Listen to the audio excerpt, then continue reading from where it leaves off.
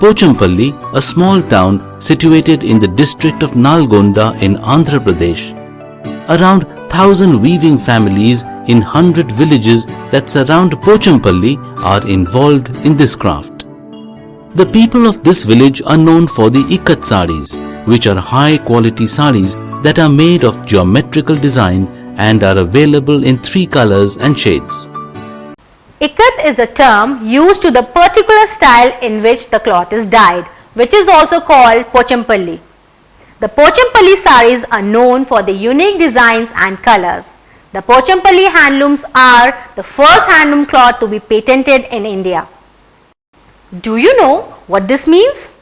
It means that no other handloom saree producers in any part of the world can sell sarees in the name of Pochampally Ikkat sarees. Students, have you ever wondered how these silk sarees are made and what are the material required for making these sarees? Silk yarn, cotton thread and colors are the raw materials which are required to make silk sarees which are brought from the market. Now, let us see the different raw materials required and the sources of the raw materials. Silk is extracted from the silkworms that grow on the mulberry leaves. The rearing of the silkworms is done by the small farmers. The cotton, which is used for the cotton thread, is cultivated in the fields. The cotton is then made into a thread in the factories or in households. The colors or dyes are made in factories. The weavers buy the yarn and the colors from the market. The wooden loom is the main tool for weaving along with small knives. In addition to the wooden loom, Chitkasu, which is a curved frame with pegs on which the weft threads are grouped and tied for dyeing and used for weft Ikkat. Panni or a reed, Achu or a mold, rubber molding and thread are the other tools used for making Ikkat sarees. Most of the tools are made of wood. Students, if you observe a saree closely, you will notice very intricate designs on them. These designs are planned beforehand on special sheets of paper that contain special notations. You might have noticed that the cloth consists of threads passing from top to down and in sideways from left to right. The yarn that goes from top to bottom is called warp, and the yarn that goes from left to right is called weft. The weavers follow these notations while weaving the sarees, while new designs are developed in the course of time. Let us now have a look at the stages in weaving a saree.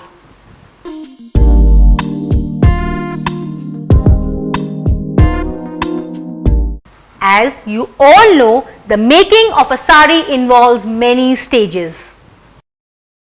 In the first stage, the yarn is prepared. The silk yarn which is wound on a bobbin which is marked with design.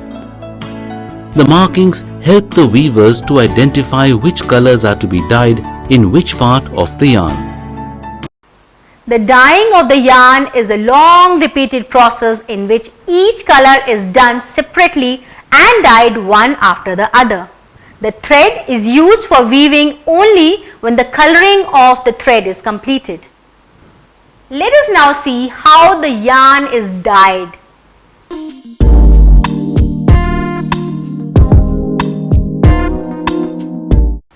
The silk yarn is taken off and when it is dry, it is stretched, partially opened and tied again for dyeing. This process is repeated many times. The methods of dyeing the yarn differ from different shades and colors of sarees. While the red and brown shades and the colors between white and black are done using alizarin dyes. In this method, the yarn is soaked in a mixture of castor oil and alkaline earth, dried, soaked and dipped in alizarin paste till it becomes red. Iron filings are added to get the brown color, which when dissolved in vinegar gives black color. Students, if you see, even now there are many families into the weaving profession who have been continuing the occupation done by their ancestors. There are many families in the villages in which all the members of the family take part in the weaving process. While one helps in getting the raw material, the other members take care of the weaving and so on. The families spend around 12 to 15 hours a day for 1 to 2 months to weave at least 8 sarees. During the months between March and May, the families weave only for a few hours a day as high temperatures result in cutting of the thread. Many of the weaving families work for the cooperative societies. Now, let us have a look at the weaving families and the cooperative societies.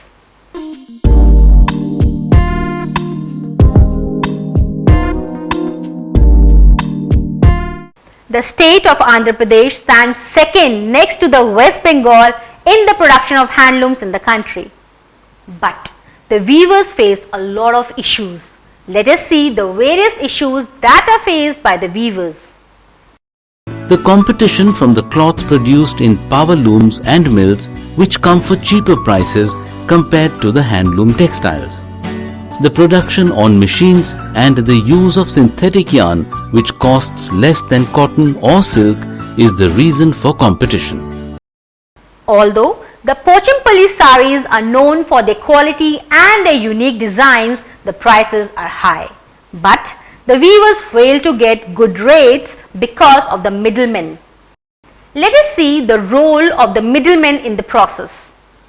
With the buyers spread all over the world and the changing trends in the cities, it becomes difficult for the weavers to know what the changing trends are.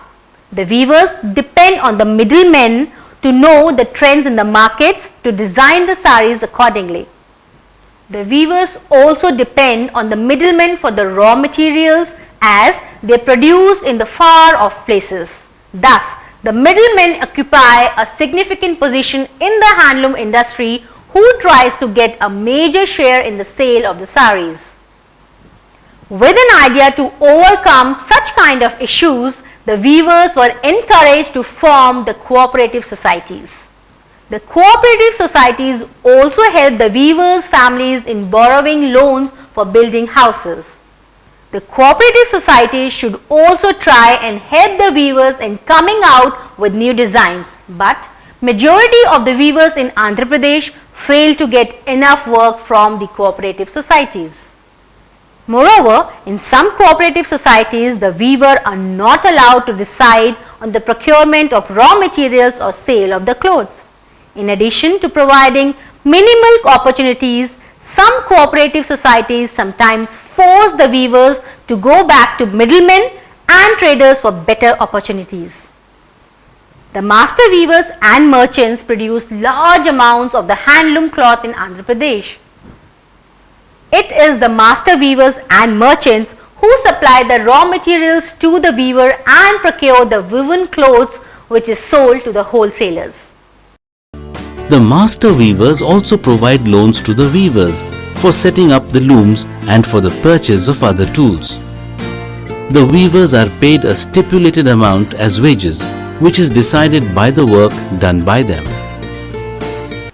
As most of the master weavers aim at making more profits, the chances of these weavers being paid well are very bleak. Therefore, it should be seen that the cooperative societies provide more opportunities to the weavers to give them better livelihoods. Students, hope you have understood that all we have learnt about handicrafts and handlooms.